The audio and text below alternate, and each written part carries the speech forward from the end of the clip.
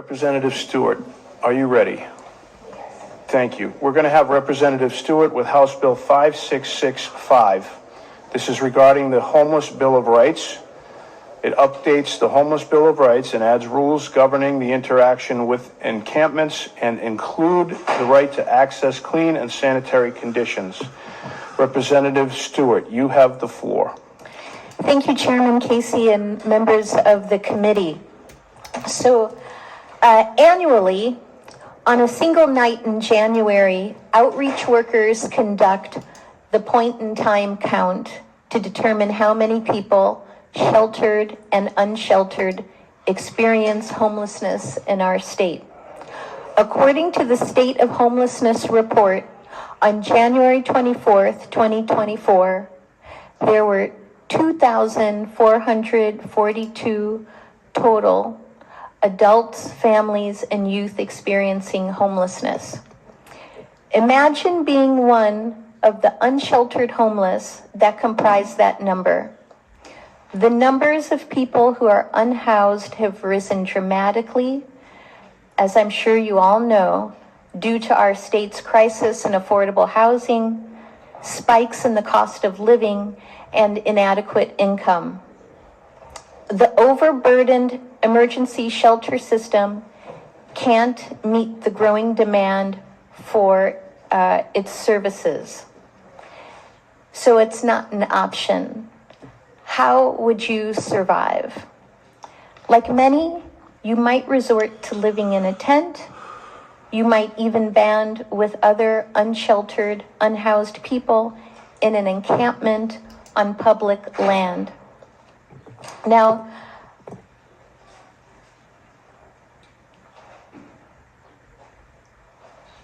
there are several challenging conditions and circumstances and experiences that go along with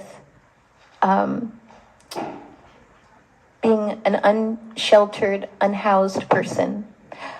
My hope tonight, and I'm going to keep my remarks briefer than I prepared, is that there's still some people left here to testify this evening who can talk about their experiences as outreach workers or having been unhoused, living in, for example, a tent or an encampment, so you have a good idea of what those realities entail and why we need to strengthen our Homeless Bill of Rights.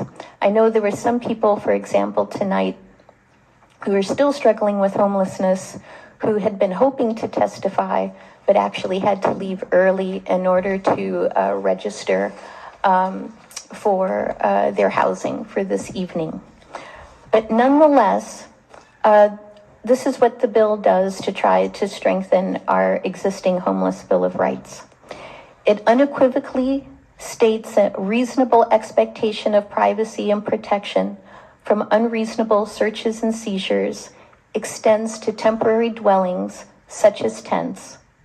It requires the police and public works departments to adopt written policies and procedures necessary to fully comply with all requirements of the Homeless Bill of Rights and to make them available to the public.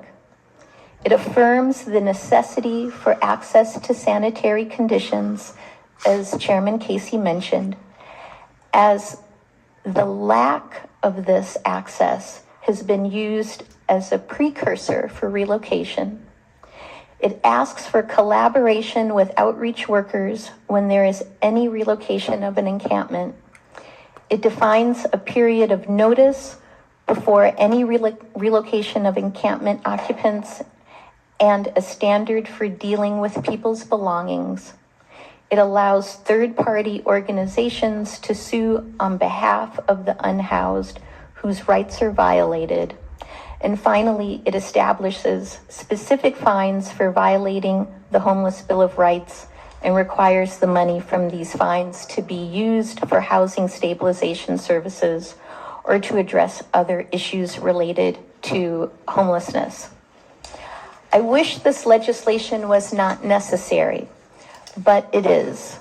Until we are willing to meet everyone's need for long-term, stable housing, unsheltered homelessness will continue to be a growing, shameful fact of life in Rhode Island and in one of the richest countries to have ever existed. We can't pretend unsheltered homelessness doesn't exist and that it's not worsening. This bill provides an opportunity for more productive engagement with the realities that I'm sure you'll hear more about this evening by creating transparent standards and by providing pathways to better protect the rights of the most vulnerable among us to promote human dignity amid these most difficult conditions. And I'll conclude my testimony there. Thank you, and invite Representative. any questions. Thank you, Representative. Anyone have a question for the sponsor? Yes, Representative Fleischer. 17. Yeah, line 17, page 1. I'm sorry, can you hear me a little better now? Oh, yes, I can hear you. All right. So, yeah, it alludes to the right to access receptacles and toilet facilities, portable or permanent, in order that they can live in a clean and sanitary condition. Who provides that? I think it would be the municipality or perhaps the state that would provide that. So, if there's an encampment that suddenly springs up overnight, as they sometimes do, at what point does the state or the municipality have the obligation to install porta-johns and/or dumpsters? That doesn't seem to allude to a time frame. You're right, the bill doesn't allude to a time frame, but I think working with outreach workers, authorities, knowing that clearly there is an encampment that has been established, I think at that point there would need to be some movement towards attending to sanitation needs. It seems to me that we may have to establish a whole new department of sanitation for these encampments. I don't think that's necessary. I think you can rely on Department of Public Works to provide trash receptacles. With all due respect, I wouldn't rely on the Department of Public Works for very much. Additionally, it talks about a 60-day notice of eviction, I guess, would be the best point. And for somehow, I have a feeling that that may be rather difficult because, as you know, the homeless community is a transient community. Whom do you notify? Do you pin a note on each tent, and the tents come and go, the people come and go? And in that case, how do you properly record the notification of the so-called eviction on said public property? I think there's some witnesses who can talk to and respond to your question more in depth.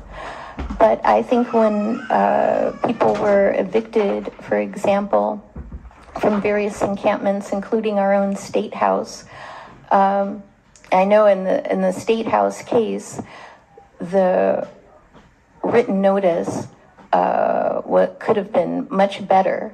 But there are ways to provide people with written notice, ways to have outreach workers come and talk to people. I think these are challenges that folks can get together to actually figure out how to implement. Thank you. And I would add to that on page 2, line 25, it does say all police and public work departments shall adopt written policies and procedures necessary to ensure that their departments fully comply with all requirements. So that sort of speaks to the question of implementation. Yes. Representative Quattrochi, did I see your hand? Yeah. Thank you, Chairwoman. Thank you, Representative. Referring to the same sentences here, not sentences, but lines here, 17 and 18. On page 1? Yes. It really doesn't, even though you mentioned that it would be the state that would provide these facilities, it really doesn't say that. It doesn't specify that. So could this actually mean that, for instance, if there was a tent encampment on state land somewhere, but maybe there's a McDonald's across the street, would this here mean that, I don't know, say 50 folks could just go across and use the private facility there? Because it doesn't say you can't. No, that would not be the case. Private facilities have the right to establish all kinds of rules and requirements on who they provide services to.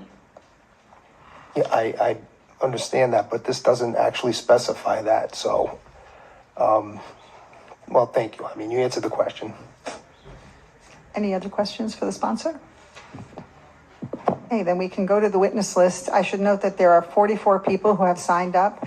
Not all of them have signed up to testify. All of them are in favor of the bill. There is no opposition on the witness list to the bill.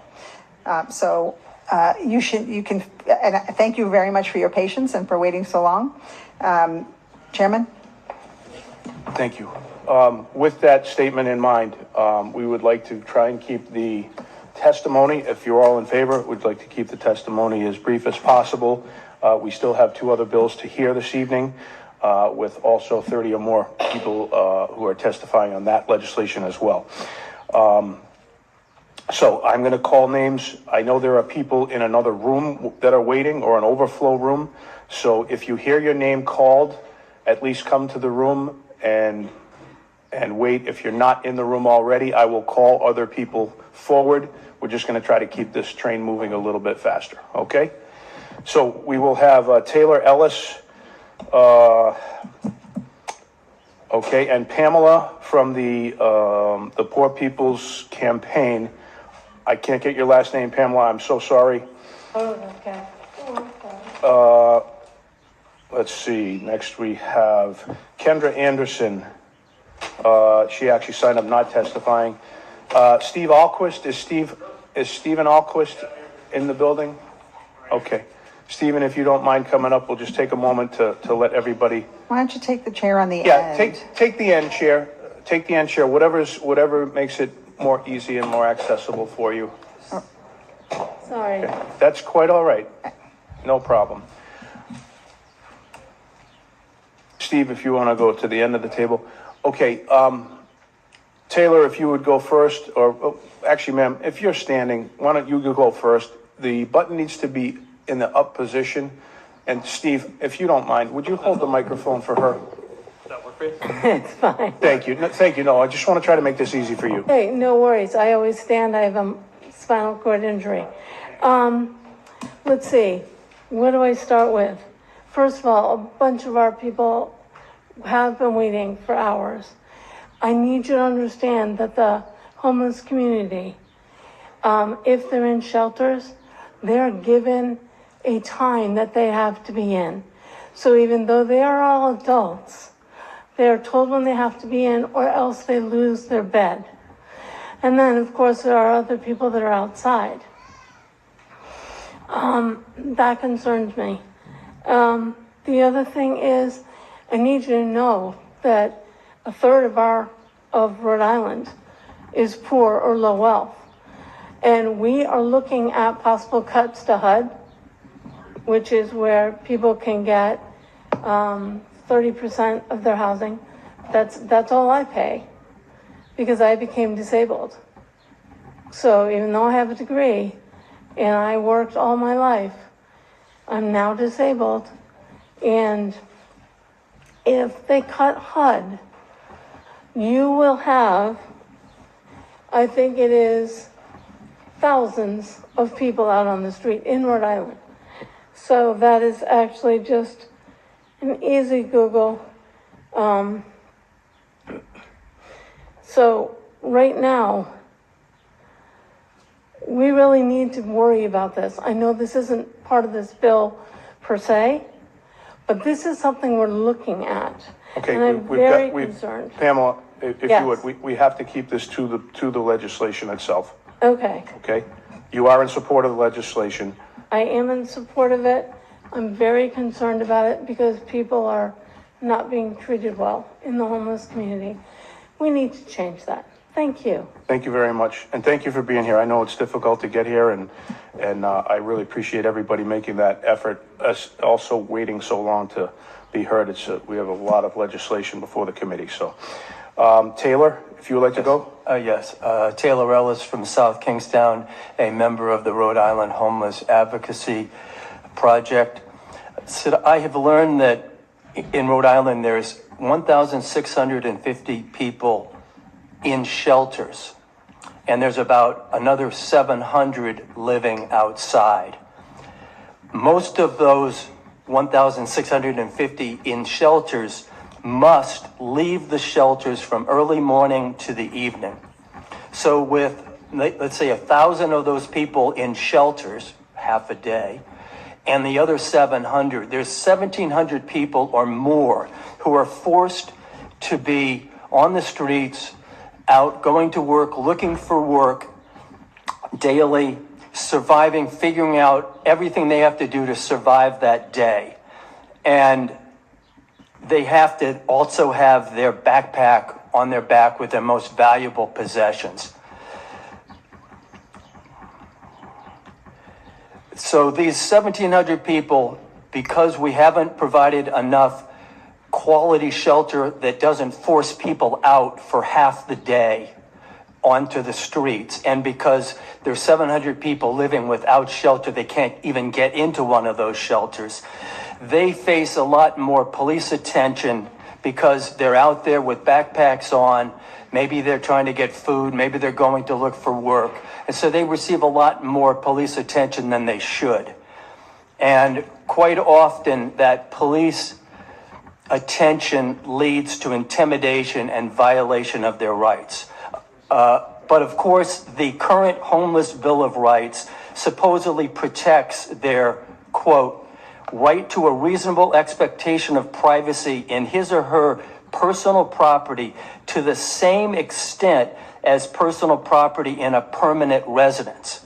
Now, for those of us that have permanent residences, like I think most of you do and myself, that means to get to our private property, you have to have a warrant. So for the people carrying their things or in a tent, they are so much vulnerable, and they don't even get close to ever seeing a warrant.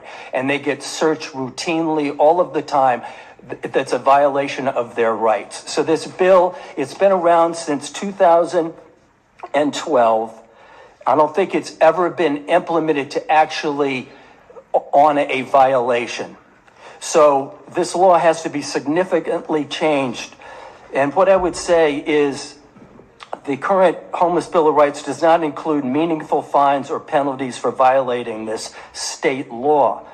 Like, for a speeding or parking laws or tickets, that would be like having it without fines. You know what I mean? So there's no,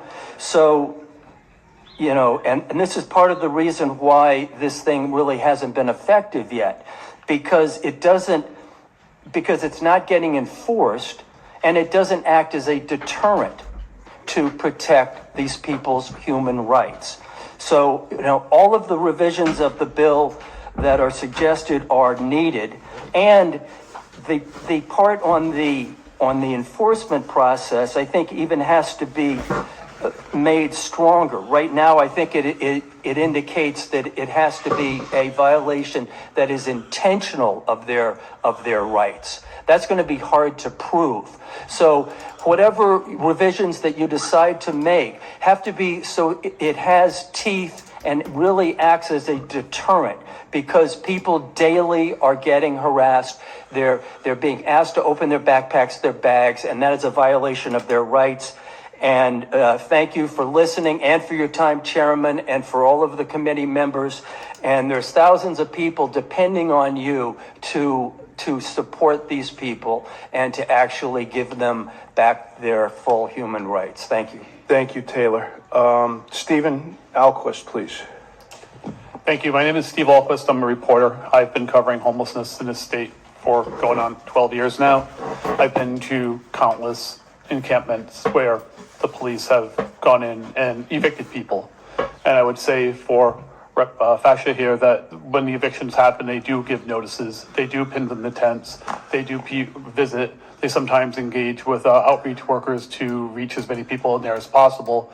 And then they arrange a date and say you have to be out by this date. And then if they're not out by this date, then the police come and they'll clear the area. And then the trash pickup comes and they throw away all their possessions.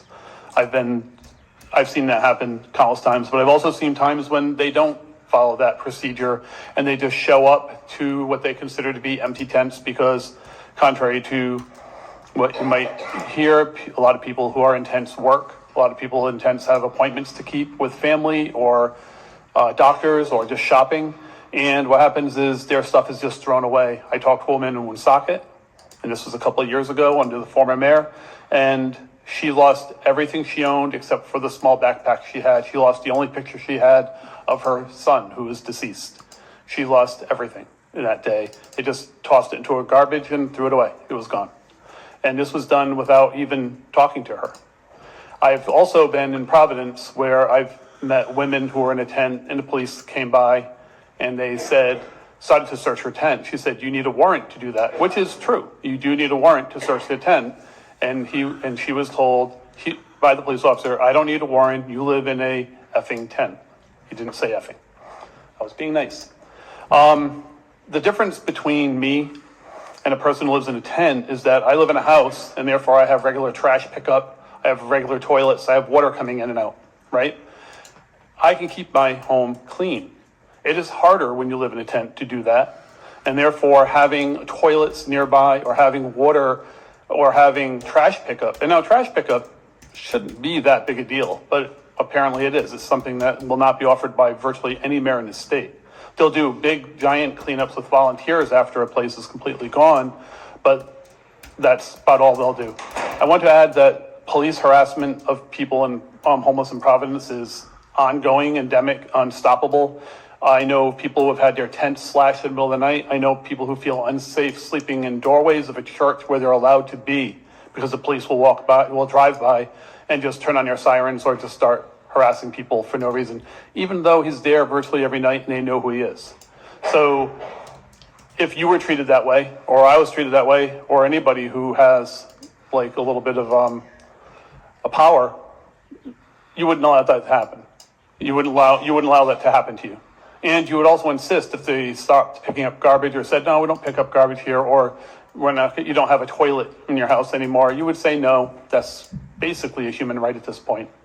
So I would just implore you to come up to add teeth, as he said, add teeth to this bill, because right now there is no case. And actually I've read cases where the courts have agreed, let's say with the governor right out here when we evicted that encampment. And even though it was brought up in the case about the Homeless Bill of Rights, I don't believe anywhere in his decision he mentioned that there was such a thing as a Homeless Bill of Rights, never mind considering the power of it as state law. It is absolutely toothless. It has never been used, to my knowledge, to defend anybody's rights ever. And so as it exists now, it is just empty words, and it's the worst kind of legislation you can pass. We need to make it mean something. However you feel about the rise of homelessness, which I do agree with Pamela, is going to be increasing. I'll just say one more thing, and then I'll stop. I'm sorry I'm going on too long. When I first started doing this, there may have been 70 or so unhoused people in this state living on the street. 70. That number is now 10 times that in 10 years. And it could go up again 10 times. We're not looking at things getting better, we're looking at things getting worse. And that's because of eviction. That's because of lack of housing. It's because of rising rates. More and more people are going to fall through the cracks and they're going to get hurt. And you need to be doing something about it. Thank you. Thank you, Stephen. Thank you all for your testimony. Any other questions from the committee? Otherwise, Rep. Speakman, please. Just a quick comment. Thank you all for your testimony, and Steve in particular, thank you for your relentless coverage of this Thank you. tragic situation. Thank you, Chair. Okay, Cruz. Rep. Cruz, go ahead. Quick comment. Yeah, thank you, Steve, and everyone who testified. And I wanted to share too, as far as the trash and the pickup, we have it in certain, especially, I know an example in Pawtucket, it's part of quality of life normally, whether we're talking about people experiencing homelessness or not. So you have to provide it. And at least I know when I talk to our local DPW, they come right out, bring the bags and pick up the trash. It's not a big, so I don't want people to think this is some kind of radical thing. This is really things that municipalities are already supposed to be doing and should be doing, whether it's in public parks or wherever it is when people are frequenting. So, that, more trash receptacles pick up. I know our DPW is awesome, and if I call them, they'll come when we know there's a place. So I don't want people to think by enforcing the homeless bill of rights that should have had teeth long ago, that part of it is something radical or new. It's something that should be happening in our municipalities. But I want to thank you too for all your coverage and work. Happy to do it. Thank you. Thank you, Rep. Cruz. Okay, I'm going to call, I'm sorry, Rep. Quattrochi? Can I just make a comment? Absolutely. 'Cause Just I'm not give me 1 second. What I'd like to do, I'm going to call 6 people's names. If the first 3 I call are here, please fill the seats. The others can get ready. We're looking for Phyllis Stafford, John Cellini, Deborah Duquette, Haley McKee, and Erica Sahin. Okay, Rep. Quattrochi, go ahead. Okay, so those witnesses there probably wouldn't have been able to answer this question, but I do want to put it on the record. Under damages, attorney fees and fines, Section C, it says any person intentionally violating any right recognized in this chapter may be fined $2,500 per violation. Now, in this chapter would include the right to trash receptacles and toilet facilities. So who would be violating that? It says any person intentionally violating that. So it would be the state, I assume, that would be violating that right. So the state would be paying the fine to the Department of Housing. So I don't know if we can get an answer to that, but I wanted to put it out there. And also, Based on my interpretation of what it reads, that would probably be the case. I believe when you're looking at that, they're talking about encampments and unlawful search. yeah, and regarding to that, that was my next question was, so who would pay that fine? Would it be the police officer who's violating that right individually, personally paying that $2,500 fine? That's a question. Thank you. Okay, wow, okay, we've got young lady on my left, your right, if you would go first. I'd be happy Introduce to. yourself, please, so that I can cross off my list as well. I'm Deborah Duquette. Thank you. I'm not with any agency. When you people talk about these people in tents, that was me. I had 2 full-time jobs at that time. One was to go to work every day. My other full-time job was to secure clean water for drinking, food, and a way to prepare it, if that was possible. A way to shower and have clean clothes. A place to put my trash, because I didn't want to litter. We're not looking to put any undue pressure on any one entity. We're looking for common human decency, because any one of those days that I went to work, if I had come back and my tent had been ripped away, I would have been down to 1 work uniform. I would have lost my ability to eat that night. I'd have lost my ability to have clean drinking water. Nobody goes to live in a tent because they really want to. If they want to live in a tent, they find a campground. The people in these tent cities just want to be treated like people. Thank you. Thank you. John, I'm assuming? Yeah, John Cellini. I actually had a speech, but they all hit the key points. So I can just tell you a little bit about me. When I was 7, I seen something very dramatic, and it turned me into a different person. PTSD ruled my life. And because of that, incarceration, all that led, drug habits. And the Mayor Johnson would have seen me 5 years ago as a person he wouldn't have wanted to live in his town. And I guarantee you today he would have seen a person who would want to live in his town. That's it. Thank you. Any questions? Thank you, John. Yeah. Haley, go right ahead. Nice to see you. Thank you. Good evening, Chair Casey and honorable members of the committee. My name is Haley McKee, and I'm here tonight on behalf of the Rhode Island Coalition to End Homelessness in very strong support of 5665. I just want to touch on a couple of points, although I'm not going to nearly be able to hit on them, as well as the advocates who have come before and will come after I'm through here. But just to recognize that some of the challenges and violations to the existing state statute are happening beyond encampment settings as well.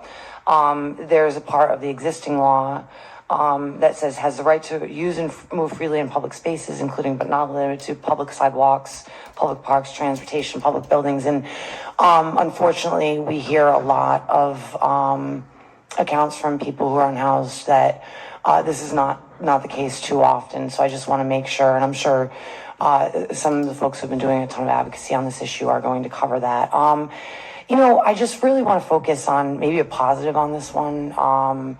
And I'm not going to identify where this is happening. I'm sure many of you might be able to guess it, but I've been involved in just a remote supportive capacity with a municipality who was hands down the worst on this issue about a little bit better than a year ago. And in a very short amount of time is, I believe, probably becoming the model, I think, on this issue in our state. All it took was new leadership.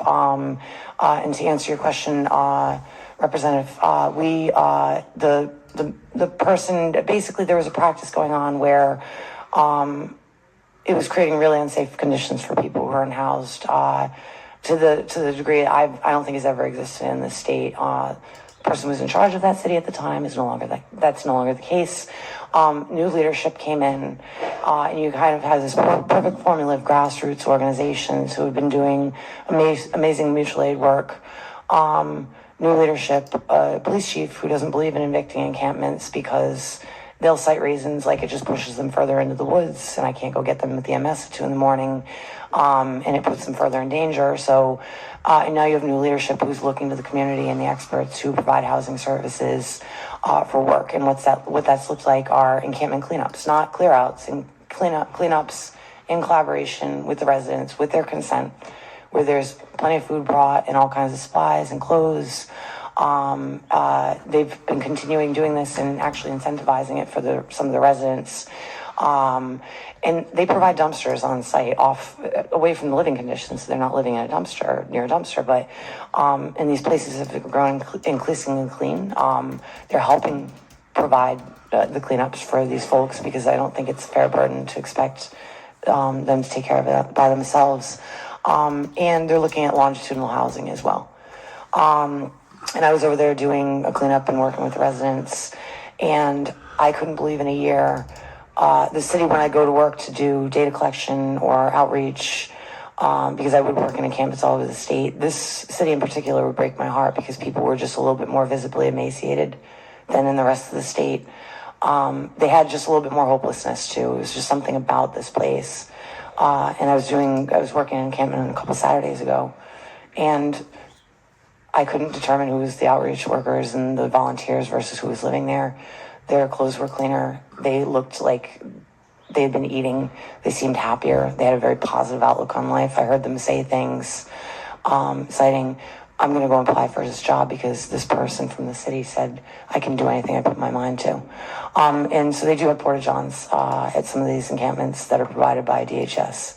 And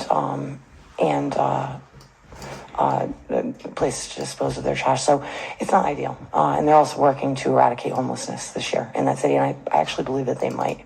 I think that they might be able to get there. And I hope that it's not my story to tell. I hope that they'll come out in the near future and share their outcomes. But even the incidents of people, I think the community is warmed up to this population, is embracing them more because it's coming from a top-down approach that, and it can't be easy, but I think it's what's necessary. And I'm hoping that the expansion of this law passes. There are too many outliers that are leaving people unsafe. And I'm hoping as this problem continues to snowball, and unfortunately it will, that we can we continue to embrace our most vulnerable community members, and yeah, any way we can. Thank you, Haley. Thank you for your advocacy, and it's good to hear that there are things that are working, and I hope we can get more information on, what I would consider best practices and see what we can do. We're not going to solve this problem without, taking baby steps, I think, and if we get more of those in mind, then we can really work on something. Thank you. Are there any questions from the committee? Okay. Yes, Representative Cruz. Right down at the end. Thank you so much for sharing your story. And something that hasn't been shared, but we know that when people are experiencing homelessness, it really impacts someone's mental health. People think, oh, they're out there because of the mental health or substance use, but really in the reality, what happens is you try living outdoors and going through, especially what you shared and endured, and that can toll anyone's mental health and put you in a place of no return. So If I wanted I to may. thank you for go ahead. Thank Yeah. you. My mental health wasn't great before I became homeless. I've always worked hard my whole life. If it weren't for people doing these outreach programs and allowing me to have that campsite where I felt safe. I'm luckily not in a campsite anymore, but it wouldn't have happened if that Bill of Rights hadn't been in place. And I agree, it needs to have some teeth to it because I have seen people lose everything. I've seen people who are just have nothing left. I was lucky to scrape by and keep my job. And in fact, at this point, I've advanced my career. But I'm the exception.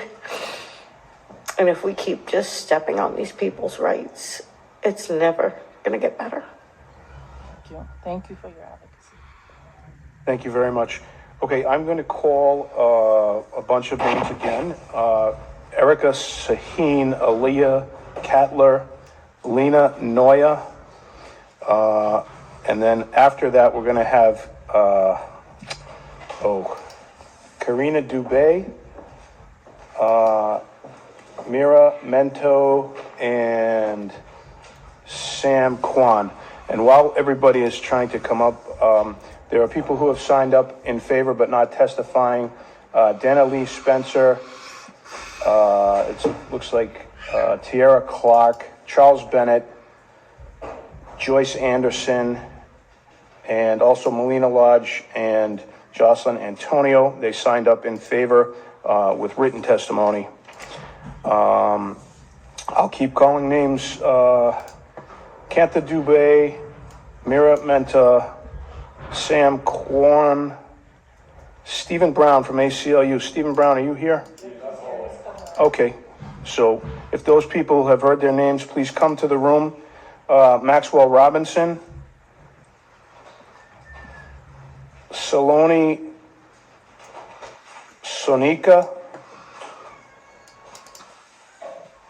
Okay, so we've got three at the table. Let's start on my left here. You young gentleman with the jacket, just introduce yourself and tell us your story. Thank you. Yeah.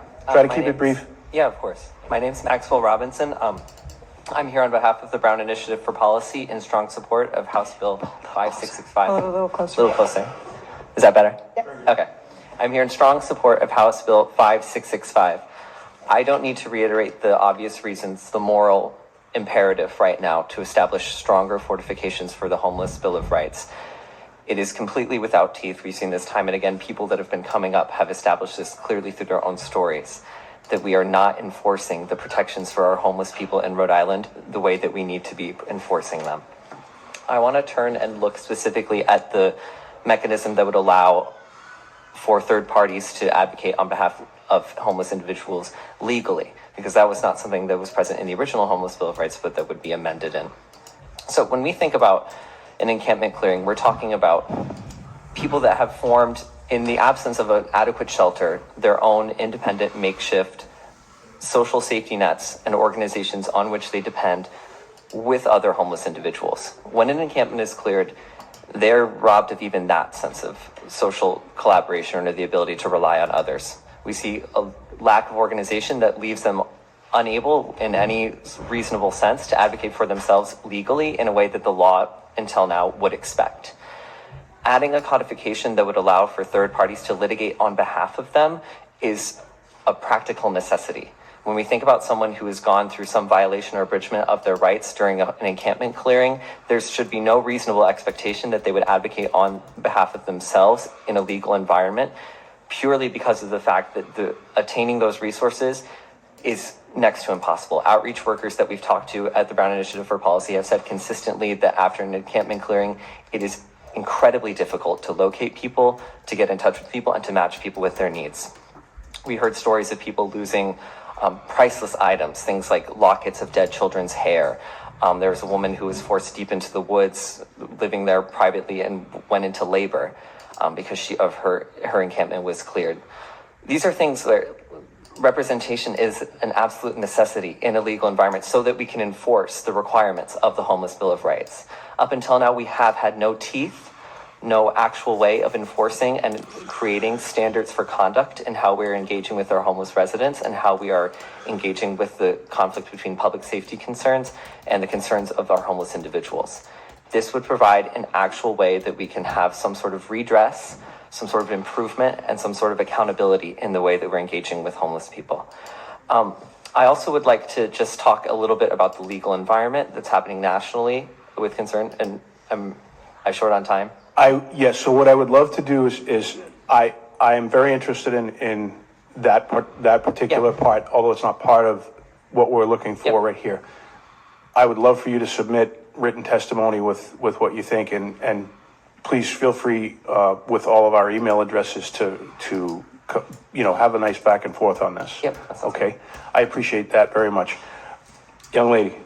Thank you, Chairman and honorable members of the committee. My name is Erica Sahin. I would just like to note a change in the sign-up and that I will not be speaking on this bill, although I'm in strong support of it, and will be saving my testimony for 5953 when it is called. Thank you. Thank you very much.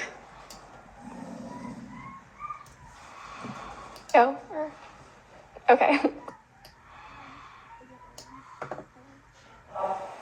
Hello? Okay. There you go. Good evening, Chairman and honorable members of the committee. My name is Lena, and I have been a volunteer outreach worker for the past couple of years. And a lot of things have already been touched on in terms of both personal experiences of being displaced from an encampment as well as policy. But I think I just kind of like to emphasize the harm that can be caused specifically to people when they are relocated from an encampment, especially in terms of health and safety risks. I think I've done outreach with House of Hope, and oftentimes we provide medical care to people as well as forms of harm reduction, and that's a predictable way that folks are able to receive that. I think also in terms of continuity of encampments, you'd be surprised how many people are able to build sustained relationships as well. And also I think a lot of people, because of lack of access to medical care or lack of sanitation, end up having chronic disabilities or chronic nerve pain due to infection that's not treated. And so I think that enforcing some way to have adequate sanitation would be a very beneficial thing. And I think one last thing that I just want to say is that there's also the mental health impact of having to think about the constant possibility of a raid occurring. There was one woman who I met on outreach who was afraid to leave her tent because it had been slashed before, and she was not able to receive prenatal care or get adequate food and water, and she was about 7 months pregnant.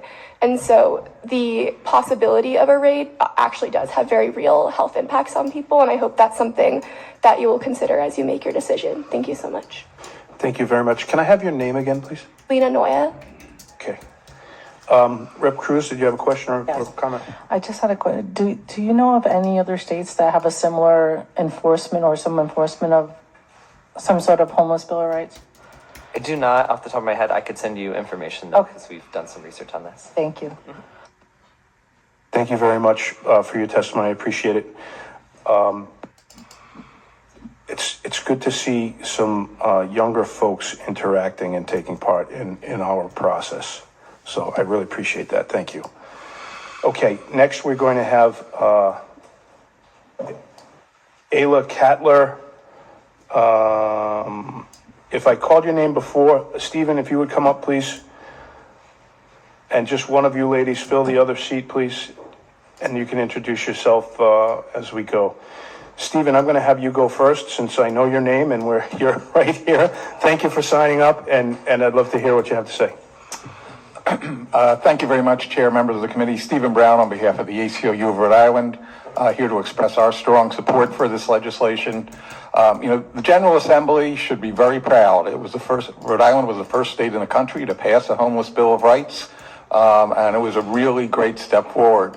But as you've heard, a decade plus has gone by, and all of us who work on these issues have realized that the original law has gaps, some flaws that really need to be addressed. And all the new provisions in this bill are designed to address very specific issues that we and the community have seen arise since the original passage of the law. So you've heard some of them, the problem of police searching tents when clearly that was not the intent of the original law. We think it made it very clear that a warrant was needed. This just makes it clearer. You've heard about the importance of allowing third parties to be able to help enforce the law. This is not something unique to this particular bill. There are other statutes like our Fair Employment Practices Act, which allow third parties to take action. So all of these things that are in the bill we think are extremely reasonable. They aren't out of the ordinary, and we hope that the committee will give favorable passage. The one thing I just want to address, I know there have been a lot of questions about who's responsible for this. I think Representative Speakman pointed it out. I think the bill is very clear. On this, page 2, the language that Representative Speakman referred to makes clear that it's the police and public works departments in each municipality that has the responsibility for enforcing the provisions. So we hope you'll give this bill your favorable consideration. I'll be glad to answer any questions. Thank you, Stephen. I'd like to get through the other two witnesses, and then we'll have a question. Yes, young lady in the middle, if you would introduce yourself. Yes. And I would love to hear what you have to say. Can you hear me? Okay, yes. Hi, good evening, Chair and Honorable Committee members. My name is Kavita Dubey, and I'm a volunteer outreach worker with HOPE, and I'm also a member of the Brown Initiative for Policy.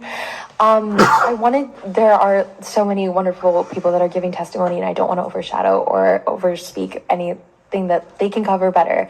But I just wanted to emphasize that these encampment raids are not only harmful these unregulated encampment rates are not only harmful across a whole spectrum of wide issues, but they are also contributing to increased hospitalizations and deaths due to overdose in Rhode Island. The drug supply is not just contaminated with fentanyl, it's also contaminated with xylazine and benzos. What this means is that when somebody has an overdose using this specific contaminated drug, like this specific contamination, they not only need Narcan for response, they also need extended CPR and rescue breaths. When people are living in encampments, they are surrounded by people who can administer these treatments to save lives. But when people are too far out into the woods, as has been noted before, it is very hard for EMS to get access or for anybody to even be aware that this situation is taking place. I know that it is easier to advocate for policies that make these issues seem less important and kind of hide them and make it easier to turn away. But this is like putting a Band-Aid on a bullet wound. It is so important to advocate, and it is our moral imperative to advocate for the well-being of people who may not be as visible to us, but to uplift their voices and to respect their wants. Yes, thank you. Thank you very much. You can go ahead as well. Thank you. Good evening, Chair and Honorable Committee members. My name is Isla Cattler, and I'm an advocacy and outreach lead for the organization HOPE. Today, I am testifying along with many other people in strong support of the bill H5665. As a volunteer outreach worker for HOPE, I have regularly gone out into the Providence community to hand out supplies to unhoused people. I have heard firsthand in conversation with our unhoused neighbors the devastation that comes when encampments are raided, when their personal property is confiscated, when they have no recourse for legal action, when the privacy and rights of our most vulnerable populations are abused. The current homeless Bill of Rights is not sufficient to protect unhoused Rhode Islanders, and it must be changed. The proposed amendments to the Homeless Bill of Rights would fill gaps left by the original bill. It would require much needed notice for clearing of encampments and fine those who do not provide notice. It would ensure that all people, regardless of housing status, have access to hygiene facilities, a basic human right that all should be afforded. It would allow civil action to be brought on behalf of any housing insecure person against those who violate their rights as Rhode Island citizens. A few months ago, I was able to talk to a man who described to me the difficulties of living in and around the Kennedy Plaza area. He described to me the fear he felt at the constant threat of expulsion by the police, the way in which his personal belongings had been taken from him with no notice, the lack of safety he felt because of the constant presence of police officers circling Kennedy Plaza at all times of day and night.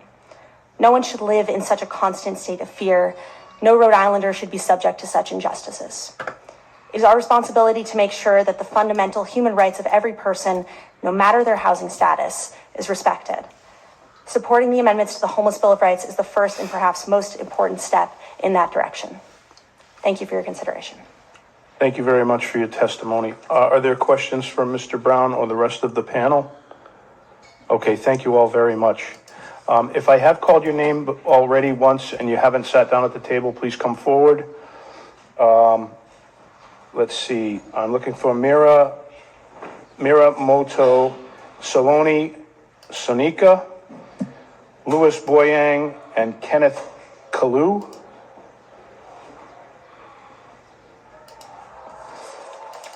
And let's see, Isabel Hernandez, Peter Haynes, Bernie Boudreau.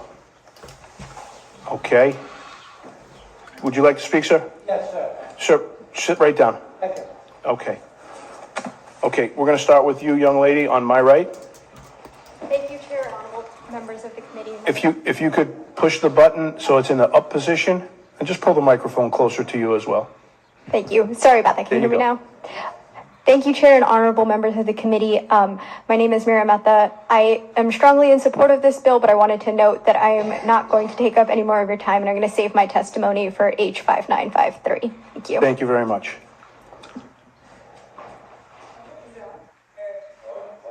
Oh, that's fine. There you go. Perfect. Thank you so much, everyone, for being here today and listening to the testimonies. My name is Saloni, and I'm an analyst with the Brown Initiative for Policy, and I'm proudly testifying in support of both House Bill 5665 and House Bill 5953.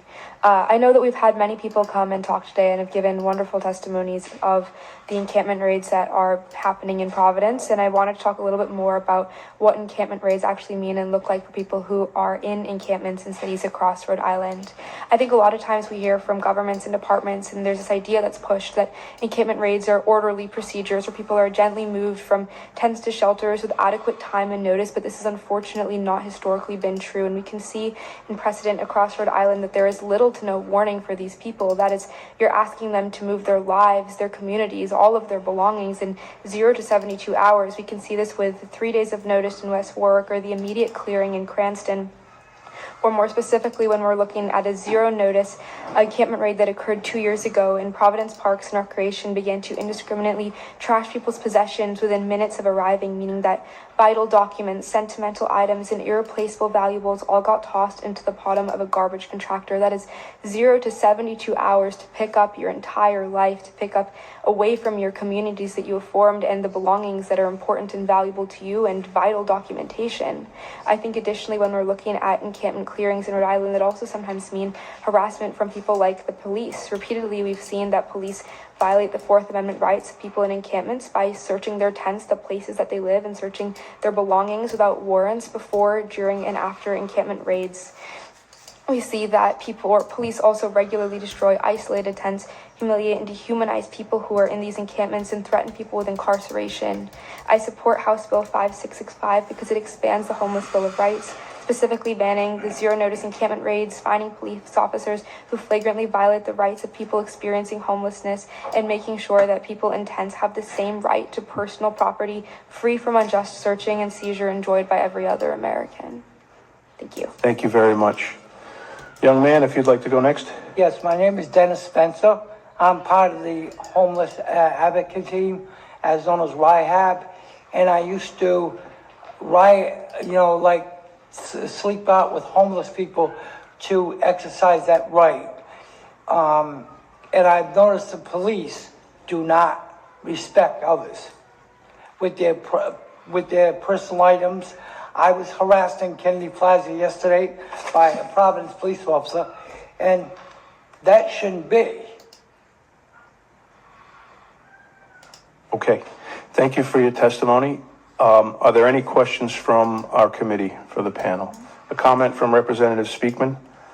Thank you for sharing your story, and thank you and the other students, the other analysts from the Brown Policy Initiative for both. I mean, we hear the human side of this from the folks who are experiencing this, and you are bringing your hearts to it and your brains to it, and we need good public policy to address this problem.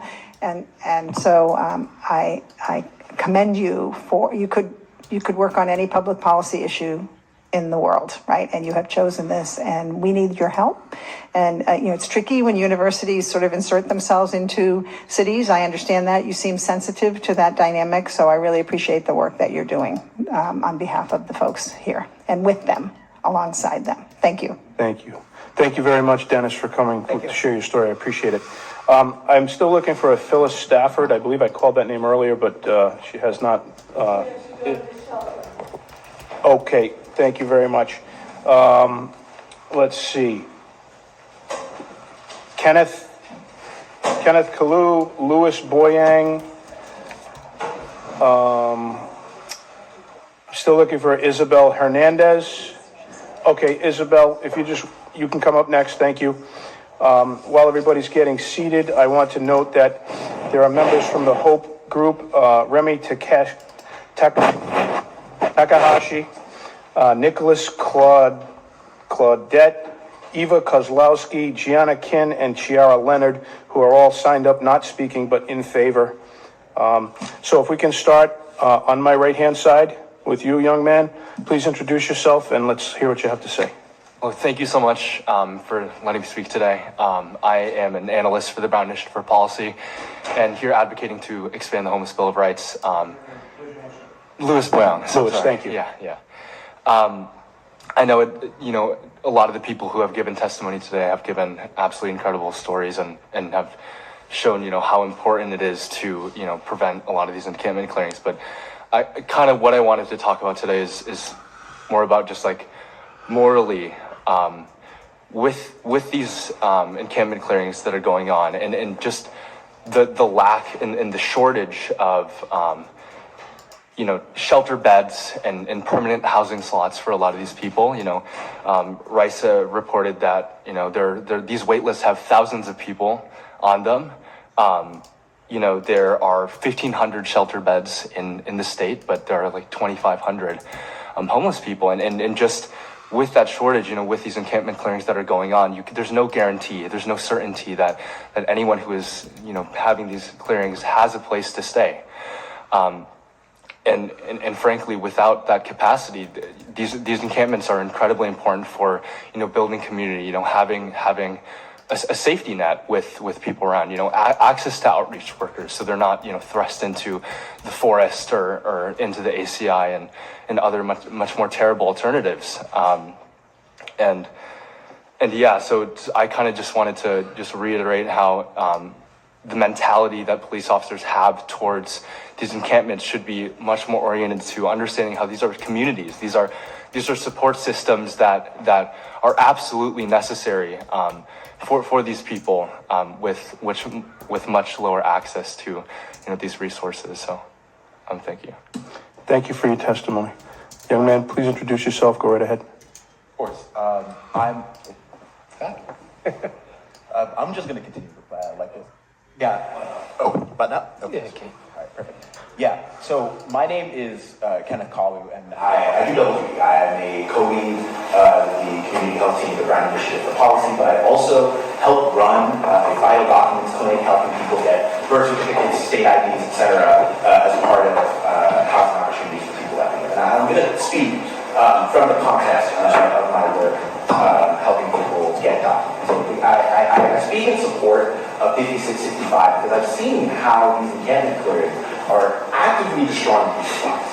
And I have to focus primarily on the lack of notice and the lack of alternative to shelter that municipalities across the state are providing when they clear encampments, especially in areas like Cranston and West Warwick, where there's explicit legal sanction by way of ordinance for evicting people from encampments without providing them notice of shelter. And what ends up happening is that people do not have the ability to build up their lives because they're constantly guarding their possessions. They're trying to make sure that their sole source of shelter isn't being thrown out at any moment by police officers.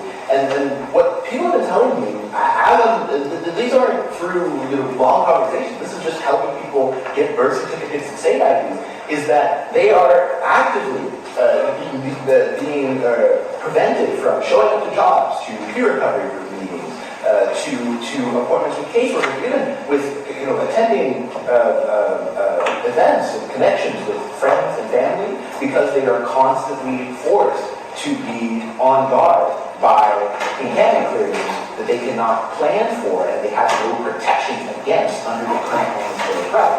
And even the reason why I'm out helping people get their documents is often because of these encampment clearings. Because when encampments are cleared, people's birth certificates and their licenses and their state IDs and the wallets that contain all of those things are getting thrown away en masse. And that means that if you want to apply for housing in this state, for example, you're immediately made unable to do so. And the lack of notice that many municipalities, including Providence, often provide during encampment clearings makes it so. Oh yeah, is it? Okay, there you go. Yes, no, but the You don't have to repeat your testimony. of course. We got most Thank of you. it. I really appreciate that. Okay. Yeah, no, but it's extremely important that I also notate that people who are dealing with opioid use disorders, as the challenges of being unsheltered often exacerbate, really struggle as a result of these encampment clearings. And what that does, and I'm lucky that I haven't lost anyone this way, but what that does for a lot of outreach workers is that you have clients who are, as we've heard, a half dozen people already describe, who are in the woods, who are using and who end up overdosing and losing their lives because of these encampment clearings that push them away from communities that have the ability to respond to overdoses. And it's unconscionable in this state that we allow people to die in this needless way. And instituting a requirement for notice and a requirement that reasonable alternatives to shelter have to be provided prior to encampment clearings makes it so that people have the ability to expect and understand when they actually have to be out of a place that the police can't unilaterally force them out of, and that importantly, that where they're going after that encampment clearing isn't an encampment somewhere else that nobody can find. Right? These are basic protections that are available to every single sheltered person, and I see no reason why the people that I'm serving, the people who dedicate so much to one another and to the state, have to go through these specific violations of their rights. I implore the committee to pass the legislation on that basis. Thank you. Thank you very much. Young man. Hello. My name is Bernie Boudreau.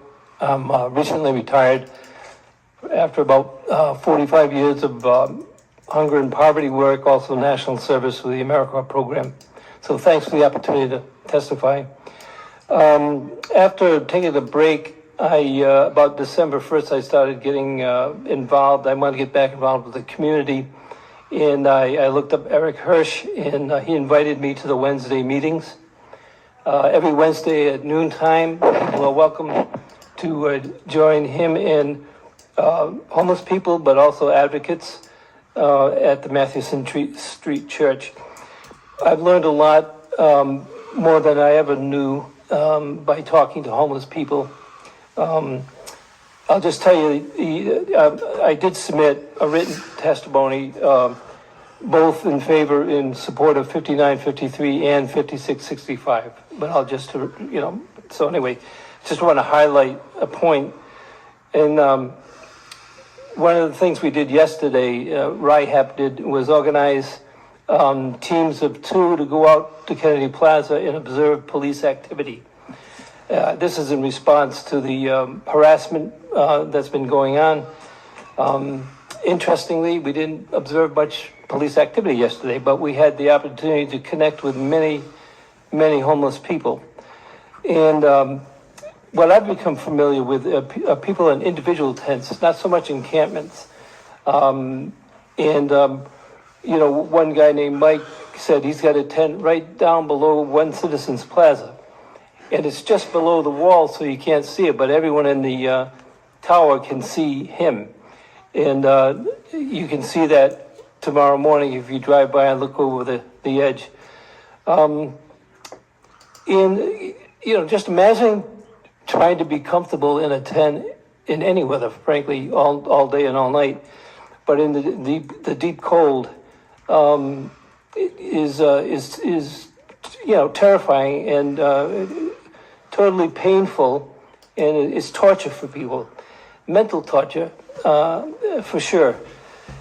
So interestingly, at the end of the surveying we did yesterday, I was driving out to go home to East Providence, and I went up and over 95, and I took a left and went in front of Crossroads. Down at the end of that lot, at the end of Pine Street, was a tent. I said, well, this is strange. How could there be people in a tent right almost on the same lot as Crossroads, well known for addressing homelessness?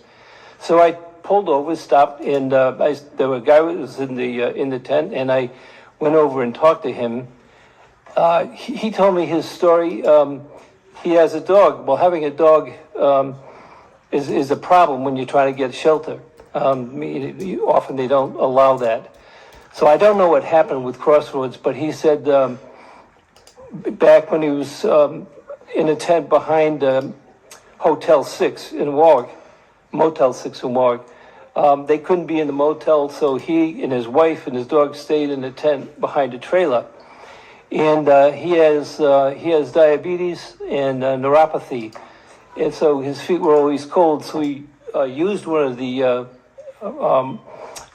hotel bathrooms in tub, and he scalded himself and got infected.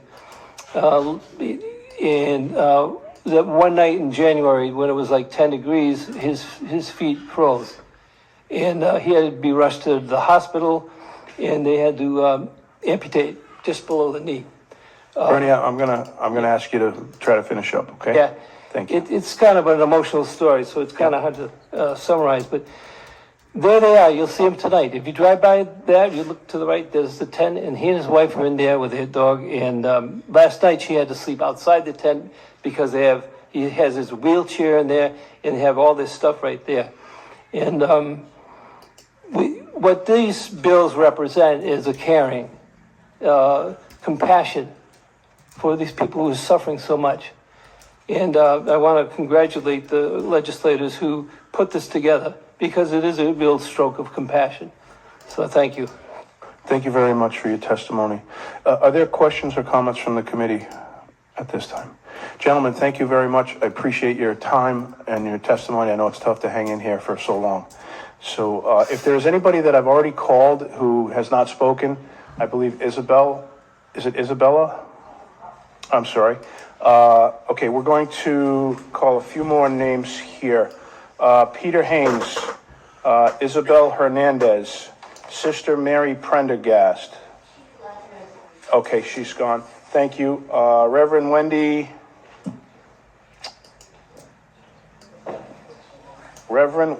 Van Order. Kate McGovern and Michael Dumond. Okay, we've got 2. Let's go with that. Just 1 second. I'm going to call a few more names. There's a Donald King, a Kimberly DeCope, Jackie Kenny. You guys are going to be on deck. Okay. Go right ahead, Isabel. Okay. My name is Isabel Hernandez. I'm a co-lead with the Brown Initiative for Policy. I know a lot of the questions so far have been about how some of these policies could be implemented practically. And I think the best answer to that is that they should be left in the hands of people who know how to do so. Some of the outreach workers and service providers that we've heard from already. I think what this bill really does in that regard is lay down the legal and regulatory framework to take encampments out of the hands of the police. As we've heard, the way that they're being handled now is a detriment to public health. It's costly when it leads to increased hospitalization and imprisonment. And in terms of the feasibility of incorporating outreach workers into models that handle encampments, it has been done successfully in North Providence. And many of the outreach workers we've spoken to have noted a measurable improvement since some of these outreach workers have been included in the process. Turning to fiscal feasibility, I think it's important to remember that encampment raids aren't free. Using a per capita expenditure analysis based on the city of Chicago, which is similar in terms of policy here, we estimate that the state spends upwards of $1.5 million a year on these raids. And, you know, it may seem like a drop in the bucket, but it really is a case of funding working against funding. Encampments destroy personal property and destroy identification necessary to secure housing under some of the state's new programs. They contribute to the spread of HIV and opioid abuse, and by interfering with the efforts of outreach organizations who can't find their clients, outreach organizations operate on state funding. We're here today because we feel strongly that a single dollar spent on any agenda that works against urgent priorities like housing and public health is a dollar too many. Thank you. Thank you. Next, please. Hi, my name is Peter. I am an outreach worker for the organization HOPE. A lot of people have already given testimony, giving stories about specific people they've encountered or their own testimony experiencing homelessness and the devastation it causes. I've met several people during my outreach duties who have lost everything from encampment raids. The psychological toll is immense. There's just no other way to describe it. And so what I'd like to focus on in my testimony, and I'll keep it brief, is what passing this would look like and sound like to the people it affects. One man I've encountered who has suffered from a police encampment raid where he lost all of his belongings felt completely isolated by his community. He felt completely alone. And a bill like this, even though it's amending an already existing Bill of Rights, but this one gives it power, makes it more effectual. This would tell this man that he has allies, that he has a community who hears him, who sees him, who understands his needs. And that is why I strongly support the bill 5665. Thank you. Thank you very much. Next, please. Hi, honorable members. Am I on? Yeah. Donald King, recently housed after being in a tent for about a year. And I wanted to touch upon the water, access to fresh water. There are organizations which provide showers and as well as a mobile shower unit. So that is pretty well covered by private organizations. In regards to porta potties or being able to go to the bathroom, I can tell you that's one of the biggest challenges. Even being housed, if I go downtown and I'm not going out to eat anywhere, I can't go to the bathroom. So porta potties are just good for everybody. And if I had to walk a block to go to the bathroom rather than going somewhere outside, it would have been well worth it to walk that block. Encampment raids, everybody's already said it.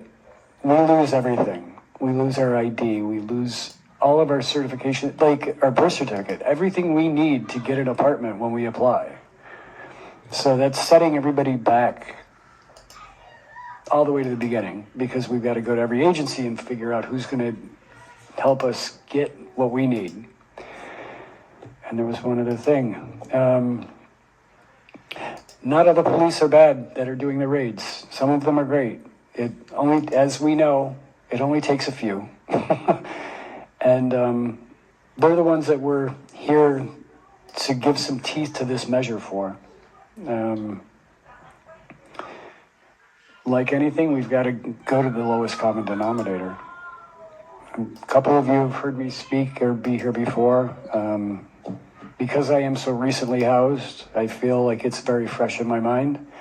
And they're still my people. I'm still out there almost every day, just going to see that everybody's okay and doing outreach on a private way. Any of you are more than welcome to pull me aside and ask me any questions you might have. But I think I'm going to leave it alone because everybody already stated what they needed to be said. Thank you for your testimony. Any questions for this panel? Yes, please, Representative Fascia. I'm curious, where were you camped out? Behind Trader Joe's. At Trader Joe's down in Warwick? No, right in... Oh, I'm sorry. I forgot there's a new one. Right on the east side, yeah. And what agency helped you get housed? Before that, when I first hit the tent, I was right across the street from Crossroads at Dexter Manor. And then the question was, what agency helped you get housed? Every single agency. It took all of them in like one way, shape, or form. I ultimately ended up at a shelter through Open Doors. It was every single agency which I checked in with every single day. I just made the rounds to let everybody know that I was still alive and still trying to do what I needed to do. Thank you. Representative Fascia, anything else? That's it. Any other questions for these witnesses? Thank you all for your testimony. Thank you. So we're getting to the end of this list. We do have two more bills with very long witness lists, please. So Kendra Anderson, Sam Kwan. And if anyone is in a remote room and I call your name, please come up now. Reverend Wendy Van Orden, Kate McGovern, Michael Dumond, Kimberly DeCope, Jackie Kenny, Jesse Andrews, Robert Watt, Elijah McCrae, and Ryan Mishi.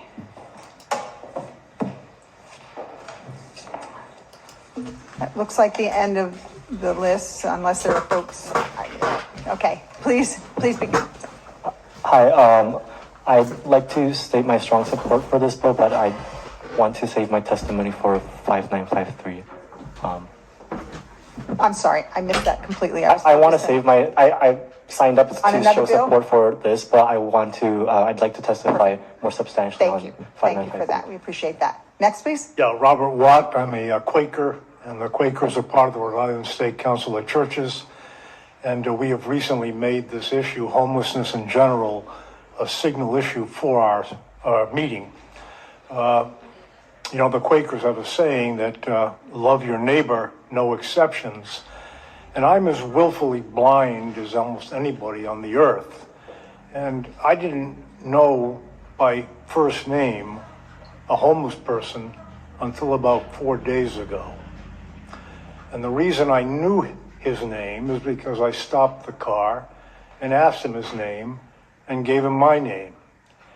And if you read the literature, more than housing almost, what the homeless seem to lack is relationship with their neighbors.